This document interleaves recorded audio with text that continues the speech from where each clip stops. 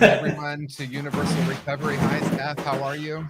Hi TJ, how you doing, buddy? Always great to see you. I missed you last time, but Jeremy was there and he was a good substitute, but just a substitute. I've got to stress Oh, Jeremy's wonderful. He can be more than just a substitute. So, welcome that. everyone. I'm really grateful to be have the honor of co-hosting at least one Tuesday every month, and along with Saf Bucksy. And this is a show where we talk about mental health, well-being, recovery, and so much more. And Saf, what I've been sitting with, I thought it might be a really interesting starting point. And that is all the different ways that we now have the ability to connect with people around the world. I was really leaning into that. I've done a lot of podcasts and a lot of shows in the last week. And I know you have your book. I'd love to hear how that's going. And just tune into the gratitude of being able to spread this message. It really is a message of hope and using. I love in the beginning, you talked about your stormy past, bringing your ability to help people in such a profound way.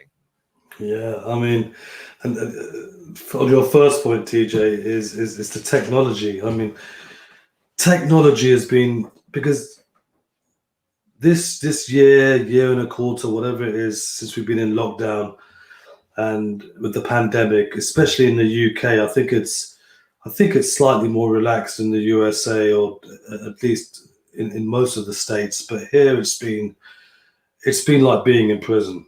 Mhm. It really has. It's only recently they've relaxed a little bit, but for the last year or so, everyone's been indoors more or less, and I think if it wasn't for technology, we wouldn't be able to help people who are experiencing and suffering addiction and trauma. And it's shows like this and things that you do and I do as well, away from Universal Recovery, I think has helped so many people out there. But after saying that, the relapse rate has increased in the UK. I don't know how it is in the US. People have died, not just from COVID, but from addiction. People have become homeless, isolated, boredom. All that's been going on. So I think that stresses the point of the importance of us doing this. One, because it is online, and two, it's global, so we can try and serve as many people as we can around the world. And that's, I always look at the two sides of everything. And I think if I was to look at a benefit or a positive of the pandemic, it would be that I've personally found a platform, found a medium where I could actually spread my message globally without actually going to these countries through StreamYard, through Zoom, through Teams, through botting, through whatever it is, where it's been there all the time, but I've never used it, and what got me to use it was pandemic. So that's the positive of it. But yeah, you're right. It's sharing our message. It's trying to educate people, trying to help them grow, trying to guide people, and from many perspectives. For me, from a personal perspective, just like yourself, but also from an academic perspective, and also from a vocational perspective, which I know that you do a lot of work in. I mean, how many treatment centers have you got conscious recovery in now? I mean, from this time last year to now, how many have you got now, Tijan? Well, it's Love to. 20, it's 20 at the moment. We're actually about to Wow. launch something really big that's going to allow it to become a much larger movement worldwide. Wow. And I love what you're bringing to the conversation, because there's always a light and a shadow to everything, right? And when we talk about the light side, if you will, of COVID and the pandemic, and specifically, I think shelter in place, because the pandemic has brought its own set of experiences. And obviously, I know, Saf, you have lost people. You lost one of your closest friends, and then there's the shelter in place that has a whole other set too. And when we talk about the light and the shadow, one of the things that is near and dear to me, and I know it is true for you too, Saf, and that is not to reject any of it, right? So when we talk about, like, here are all the great things that emerged from COVID, we're not saying the other things didn't exist. And in that same way, when we talk about relapse on the rise, mental health issues on the rise, suicide rates on the rise. We're also not saying that's the totality of the experience, right? And so, for me and in conscious recovery and my framework, moving out of the idea or the paradigm of good, bad, right, wrong, but look at all of it and recognize that it has been a difficult time for so many. And at the same time, look at us, Saf. I would have never met you, I'm guessing. Now we might have met, but I think this, the platform where we are coming together, I think for me is definitely a byproduct of everything that's happened with the pandemic and the shelter in place. 100%, 100%. I mean, as we know, a very good friend, and I want to add this is platform. We are on Spirituality Gone Wild. We are on their platform, on our platform, because we're all one family, and it's the founder of Spirituality Gone Wild, Debbie G, who I met, I think, over a year ago now, probably a bit longer. And I guess because of Debbie G, we met, and so you're right. It all started off with the pandemic, because I don't think, well, we don't know, but I don't think I would have been doing shows online.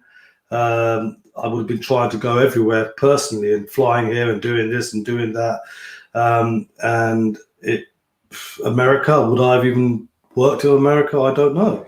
But it's because of technology that I'm able to do things. We're both able to do things at the other side of the pond. I mean, people in the UK now know you. I'm sure they knew you before, but they know you through this, for one, because we've got a lot of audience from the UK. We've got a lot of audience from the USA who know me through this. And we've got people from Cambodia watching. I'm waiting for the comments to come. Everyone's a bit shy tonight. Normally we get loads more, but Cambodia, Australia, not Australia this time, but different parts of Europe, Canada, India. We get so many people, watching this show. If they don't watch it live, they're definitely watching it in the replay. And it's so wonderful that we're able to be of service to people wherever they are in the world, because addiction doesn't care where you live. Addiction doesn't care where you're born. It doesn't care. It doesn't discriminate. And that's why it's wonderful that we can give a message and we can try and help people wherever they are in the world. Yeah, and I'm also thinking about our mutual colleague Gabor Mate, Dr. Gabor Mate, who has a documentary coming out called "The Wisdom of Trauma." And as I was watching the opening, I was also leaning into that. That's your story. That's my story. That we do have a traumatic past, and that did lead to addiction in many different forms in my own case, and then ultimately recovery. But also to recognize without those traumatic experiences, I would not be able to do the work that I do today. And even maybe more importantly, I wouldn't have the passion for doing my work. Now, we could say it's sad that the work is needed because there's so much trauma in the world. And we can also say, isn't it wonderful that there are some of us, who have been able to heal a lot of that. And there were so many people that came into my life that helped me early on, just these angels, that came into my life and helped me heal. And now it's my turn, right? Now it's our turn. And I think about that title, "The Wisdom of Trauma," because it is through some of my traumatic experiences that it's given me wisdom in a deeper way, maybe than someone who hasn't had those experiences. So again, there's always a light and a shadow. And to me, it's about integrating those. Most definitely. I've been looking at the other platforms because we're on so many different platforms. So I thought, why aren't there any comments coming on this one? But I looked at Kimberly. Hi, Kimberly. Welcome to the show. Hi, Kimberly. Hi, Shika. Hi, Mez. Mez, my wife is watching. Let's give her a wave, shall we? TJ, she loves you. Oh, my wife thinks, the way you talk and the way you project yourself, she thinks you're just absolutely amazing. So I'm sure she'll be happy that I've given her a shout out for you. But yeah, Kimberly's saying, hello, love you both. I'm trying to listen more and talk less. Blessings. Hi, Kimberly. Hi, Shika. And hi, Mez. Please keep them all coming. Yeah, see, on one hand, obviously it's sad about the trauma and the addiction that we're in a place that we have to address it. But it's fact, it's life. It's been going on for years, um, many years. It's been going since the start of life. I think trauma's been happening, and off the back of trauma, society, um, environment, whatever it is, people have turned to different things in life over the years. And addiction has been a massive thing. We're talking drink, drugs, behavioral addictions, because we're not just because I think people have this preconceived idea that addiction is just drugs or just alcohol. Yeah. It's not just that, and I think that maybe that's something we could address today as well, TJ, because it's oh, I'm not an addict, but you know what I mean. Mobile phones, right? Now, see, addiction. Some people say addiction is something that you do on a regular basis, or you do it too much, and there's consequences that come with it. So if I was to say to someone, "You're a mobile phone addict," they're going to say, "Yeah, why? I've got no consequences with mobile phones," but there are, aren't they? I mean, can you be Can you be addicted to mobile phones? Well, for sure. And I think we're just seeing the beginning of this because we now have generations coming of age, if you will, into adulthood that never lived without them. We have the electronic babysitter in a very different way. I mean, I know when I was growing up, it was the TV, but I certainly did not have an iPad in my hand at age 5, 6, 7, 8, and 9. And of course, again, we look at it and we look at there are incredible benefits. There's so much gratitude for these little mobile devices. We literally have computers in our hands that can give us answers, help us connect. Look at some of the social media platforms, and I've been able to stay connected with people all over the world in ways that I never could have without that platform and without these little amazing devices. And then the shadow side of it is that we have become addicted to it. Jeremy, my colleague Jeremy Miller, and I talk about this when we're on a Zoom call or when we're doing work, and then those texts start to come in. It's almost like a culture that we have to respond. I mean, I had this experience yesterday. I recorded a podcast, and I live in LA now, so I was driving home, which took about 45 minutes for 9 miles because traffic is back here. That we're back to normal in terms of traffic. And someone had texted me a couple of times while I was driving, and I was kind of decompressing and I didn't answer the text. And then I got an email from her saying, is your phone working? Because I texted you twice. And it was literally not even an hour later, right? And this isn't a judgment of her. This is more looking at our culture. Like there's an expectation. There must be something wrong. I didn't respond within the hour, right? And so there is something to that where we start to become addicted to, and one thing I want to point to, and this is just for me. I have done a news detox, and it came because of COVID for me because I could no longer watch and listen to the pandemic of fear that was being, put toward us 24/7. And in our country, in the United States, issues of race, the politics, COVID, all of that was just coming at me. And I was realizing for myself that it was having an effect on me and there was an addiction to it. And the reason I'm saying this is I think the number one addiction for a lot of people is addiction to drama, right? And I personally unplugged and detoxed from it. And I can tell you I'm a lot happier.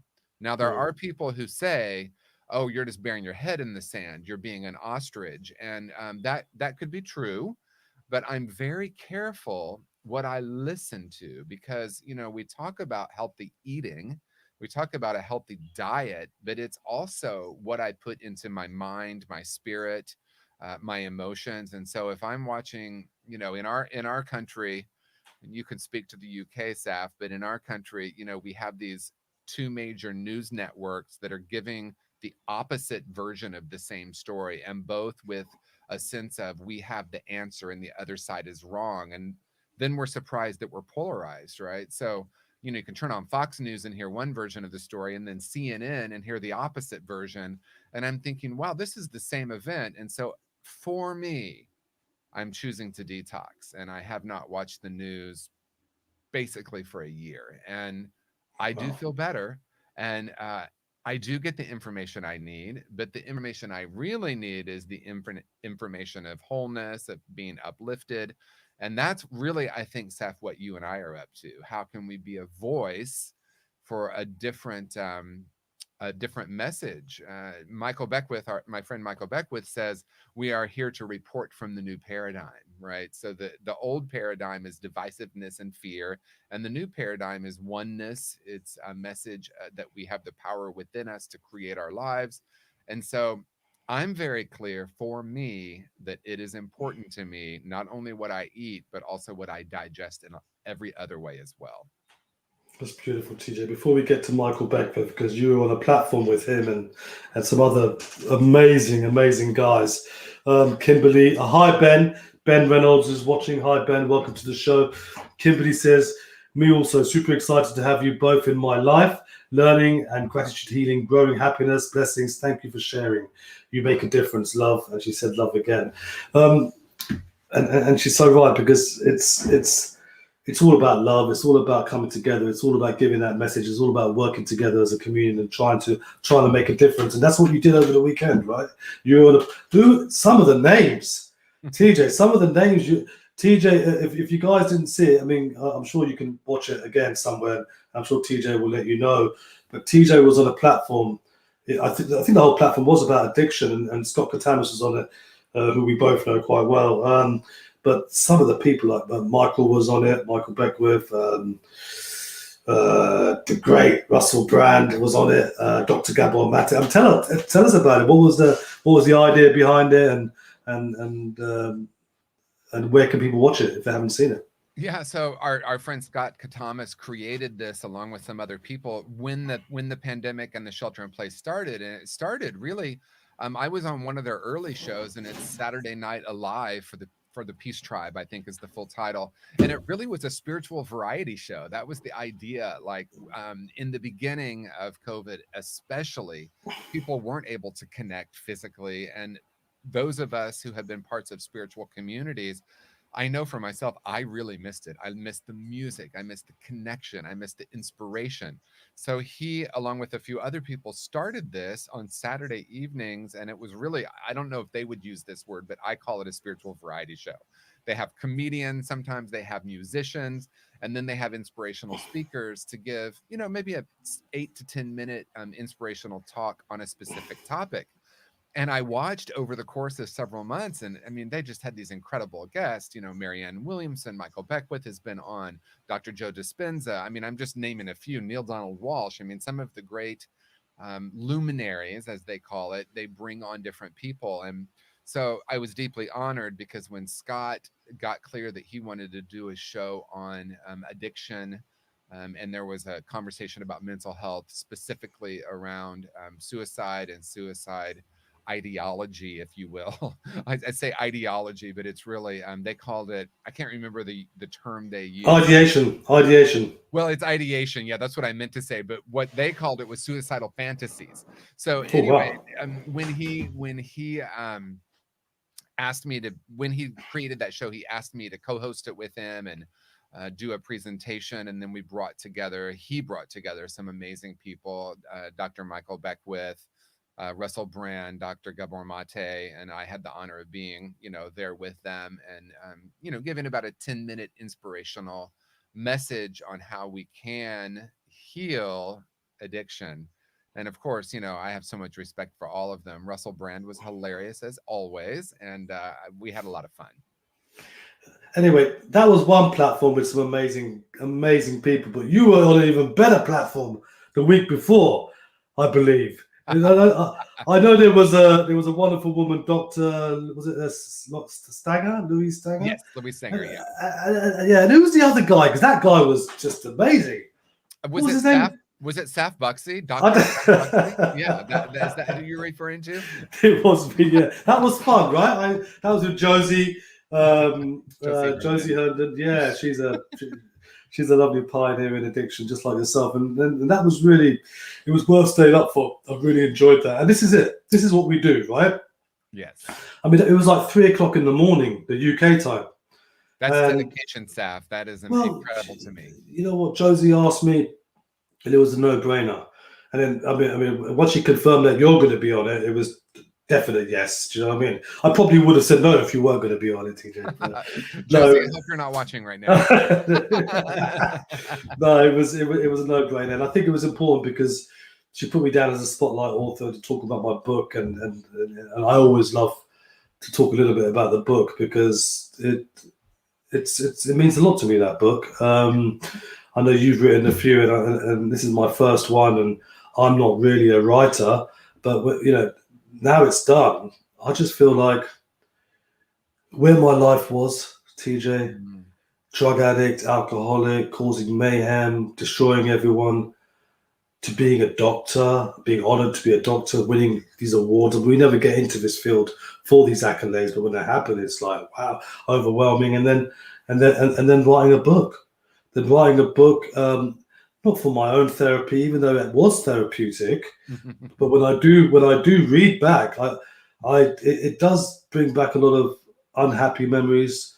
But when I get feedback from people who talk about the book and how it may have helped them, or how it opened their eyes a little bit, or people who know me who didn't know what I went through, it's quite humbling and it's quite nice to hear people say things. I want to say hello to my wife's cousin, Munni Ben. Munni Ben, she's from India. So what time is it in India at the moment? Oh, it's only about 10 o'clock, 11 o'clock. So hi, Munni Ben. Welcome to the show. This is TJ, if you haven't seen TJ before. So just say hi to Munni Ben. And my wife is saying you both are amazing. I think she's talking about you, not me, TJ. Because she doesn't say that to me when we're alone. So yeah, so the book was, when you wrote your first book, I think that was a few years ago. Has that been a while now since you wrote your first? My first book, Conscious Being, came out in 2015. How did it? How was the process? Because it took me, even though mine's an autobiography. Yours wasn't an autobiography, was it? As such, No. So for me, it was reasonably easy to write in terms of what I wanted to put down because it was my life, and who knows me better than myself. So that bit was fine. Putting it all together afterwards took a while. Doing a bit of research on different locations and trying to make it into a story. But it took me 2.5 years, 2.5 years to 3 years to actually do that book. But once it was done, I felt happy. Once it was with the editors, I felt happy. Once we saw the design cover, I was happy. But once it was published and in my hand, I've got quite a few of them. It was like, wow. How was that? How was it for you? Yeah, it's interesting. It took multiple years. I think the first idea of Conscious Being, my first book, started in, I would say, 2010, 2011. And then I started writing probably 2012, 2013. So it took 2 or 3 years. And, I'm reflecting on, I think, one moment that was so powerful for me. I got an email from someone maybe 6 months after the book came out, and she lived in a small town in the Midwest. And this book wasn't, my first book wasn't about addiction at all. It's about spirituality. And I wrote it with the intention of us having a conversation because, as much as I love some of the incredible spiritual teachers, sometimes when I read their books, they feel really dense, right? Spiritual concepts. I remember early in my path in my 20s, I would have to read a paragraph 3 times to understand what it was saying. So, my intention and what was clear for me is I wanted to talk about some of these deep spiritual concepts, but really, really simple language like you and I are talking right now. Very simple, very straightforward. How do I live a life more on purpose? How do I move beyond my belief in my limitation and my lack and step into a life of infinite possibility? And I got an email from her saying, I live in this small town in the Midwest and no one is talking this way around me. And how grateful she was that finally a book was speaking her language. And even more than that, I was able to direct her to a spiritual community that I knew of nearby. And a few weeks later, she emailed me saying, "Oh, I finally found my tribe. I finally found my community." And so, we end up touching people's lives that we never get to meet. I feel deeply honored sometimes when I go to a treatment program that has been using conscious recovery, and I get to meet the clients. And it's on one hand, it's kind of cute because sometimes they get a little starstruck, and then I'm thinking, wow, that's interesting. So it's an interesting byproduct of all this. But the truth is, I get to touch people's lives that I will never ever meet, and that to me is my purpose. And knowing that purpose and coming through my own dark nights, plural, of the soul, and how I was given such a free gift from so many beautiful people of transformation, and sharing that is just so powerful. And writing a book is one way to do it. And I promised myself I was only going to write one, and then I wrote two. I'm about to publish my third one, plus all the workbooks. And now I'm saying, okay, that's it after the trilogy. But then I started thinking about an autobiography. So maybe, in a few years. Well, yeah, you're right. I mean, I'm thinking about the second one. Of course. I'm thinking. I mean, I don't think it'll be, well, the autobiography's done now, so I'm sure it'll be something to do with addiction. Not sure what. My wife is saying, would love to read TJ's books. Can we order them, please? Well, I actually know, I'm talking to her, by the way. I actually know him personally. So what I will do is I'll put a nice little word in and see if we can sort something out for me. Of course we can, and we will do. In fact, I've got the Conscious Recovery book, and I've got the workbook as well, actually. So Wonderful. if she's nice to me, I might lend it to her. What do you reckon, TJ? But Kimberly's saying my dream is to write a book as well. Hi, Joe Zappa. Welcome to the show, Joe. Good to see you. Everyone's coming on this platform today. No one's coming on this platform, hence I've put no messages up. But with regarding touching people's hearts, that was always, when I wrote that book, in the back of my mind, hence I've called it, apart from Out of the Madness, the subtitle was A Message of Hope. And that's what I want to give people. I want to give people hope. Yes, people have had. My daughter's watching now. I don't know what's going. This is like a family affair, TJ. Perfect. Hi, Alia. This is TJ. Alia, TJ. Great to have Alia and Mez and Mundi Ben from India. This is like a family affair today, TJ. Who would have thought?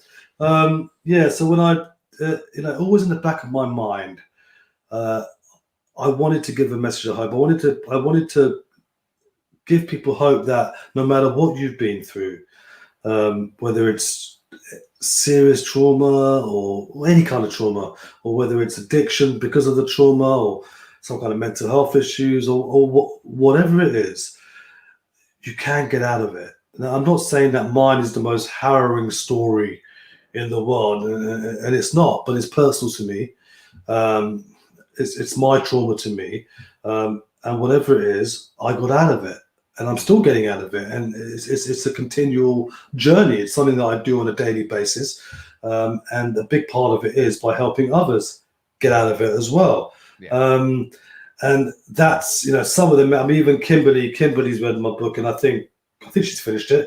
I think she enjoyed it. She goes, "It's amazing to be alive today," and then she says, "Family matters." Of course they do, and it's. I think the idea behind it wasn't just to put my story out there, just for the fun of it, because I'm not proud of some of the stuff that I've done, but I think it's important to put that out there because you can see a transformation in front of your eyes from what I was to what I am today.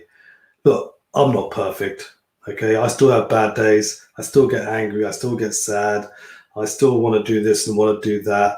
But the difference is today that I'm in a better spiritually fit condition than I ever was. And as we say in Conscious Recovery, I'm back to my true and essential self. Yeah. Of who and what I was. Yeah, and I think our personal stories are relevant in that we get to help someone with that story. You and I have done shows on shame, and shame, believing we're broken, believing we're damaged, there's something fundamentally wrong with us.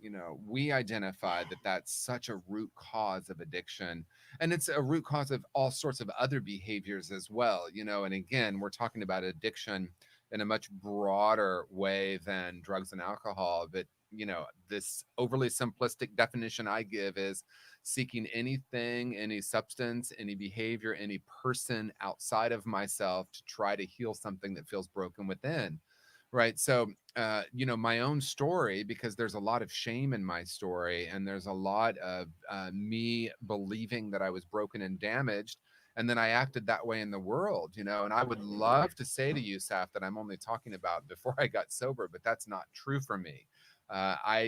Multiple different periods in my life, I had forgotten who I was and what my purpose is, and became more focused on acquiring stuff, for example, or looking good. And, always a deeper level of healing that can happen. And, I had experiences later in my recovery, 20 years sober, being 40 years old and 20 years sober, and seeing a deeper level of opportunity for healing, and watching what would look like some horrific things happening in my life.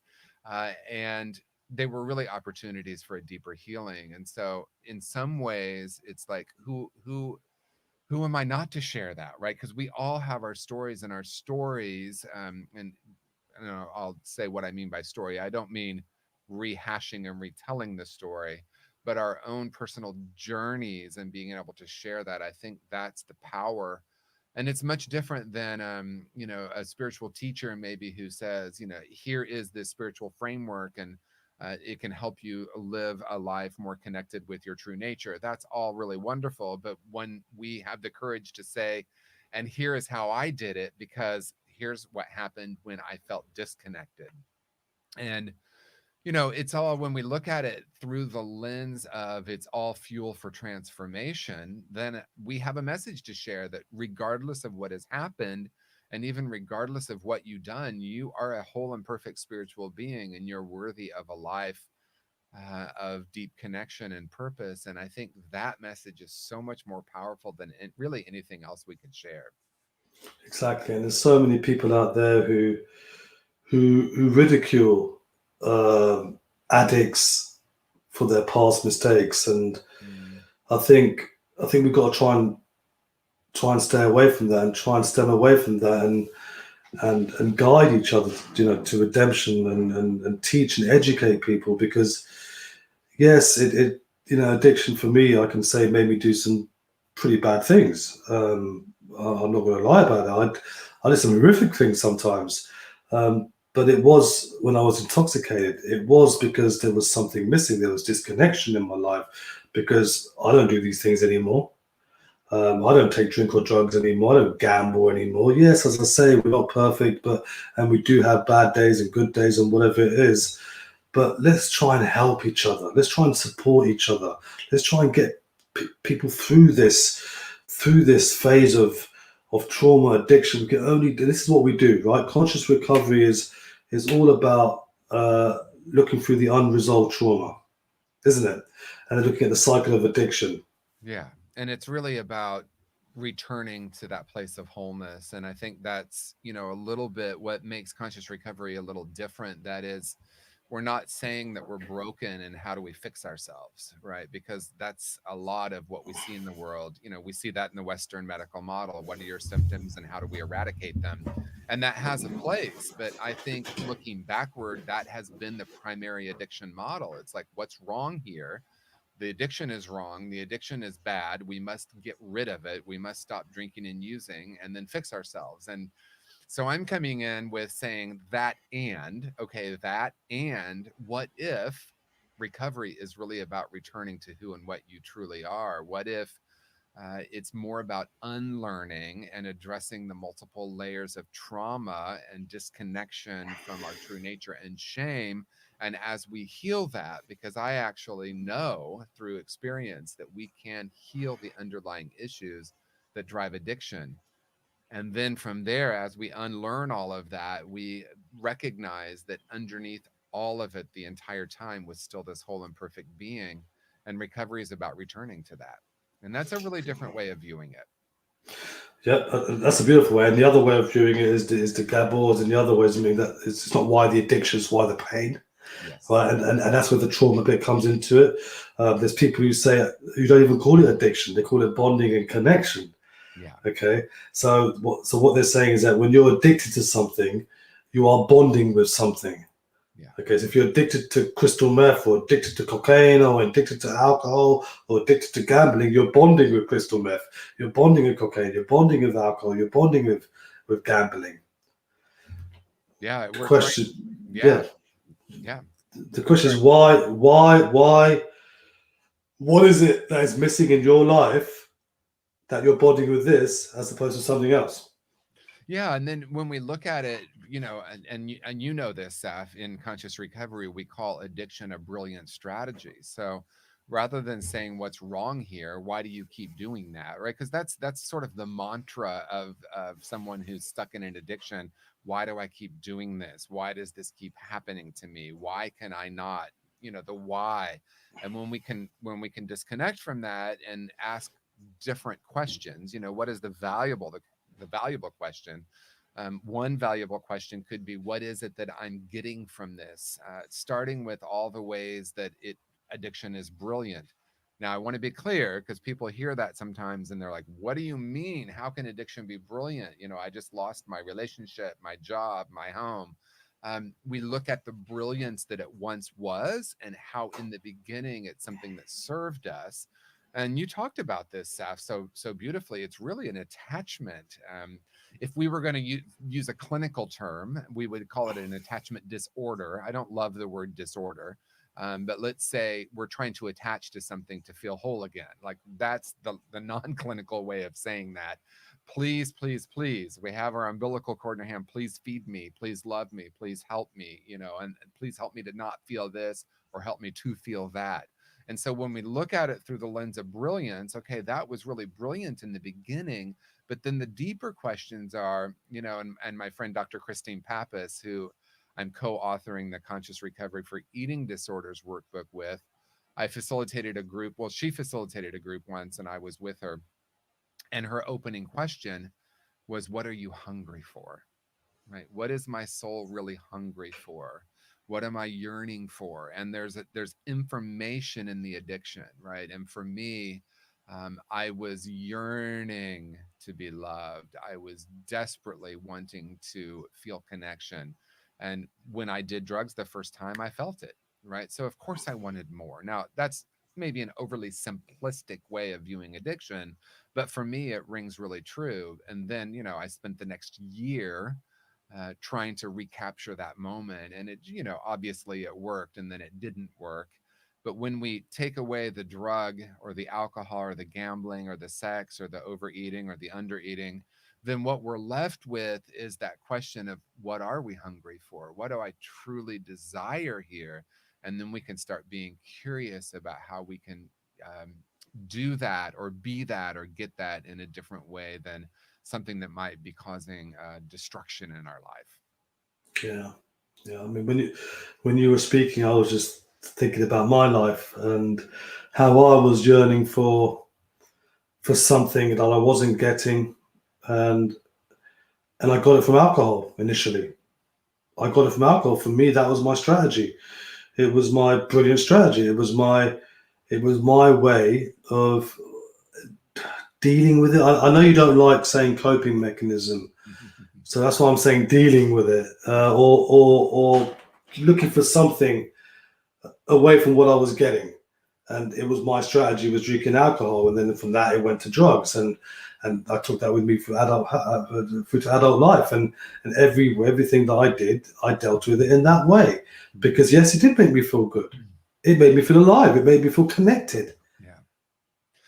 Yeah, and if you look at the the Buddhist definition of suffering, it's clinging and aversion, right? And a simpler way to say that is, I want more of this and less of that. And Buddha 2,500 years ago said that's the root of suffering, and that really is true, and that is so clear with addiction, right? Because for me, drugs was like, I want to feel that or I don't want to feel this, and right there is the definition of suffering. So I'm chasing something and I'm chasing something that worked once, twice, three times, but then, that deeper, I'm creating more suffering by that, right? Because then I believe I can only be happy when I have this. And then, we're kind of toward the end of our show here, but we're bringing back to one of the early points, and that is we're a highly addicted culture.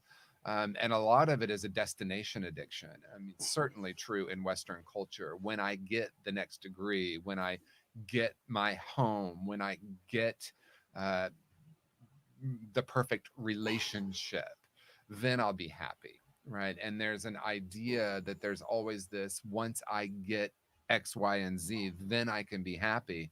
And that's really addiction in its simplest form. I'm chasing something that's not here right now. And so I think a lot of the recovery models end up unconsciously creating more of that. Let me work a step in a certain way, and once I do that, then I can be better. Once I make amends, I'll feel better. And all of that is valid.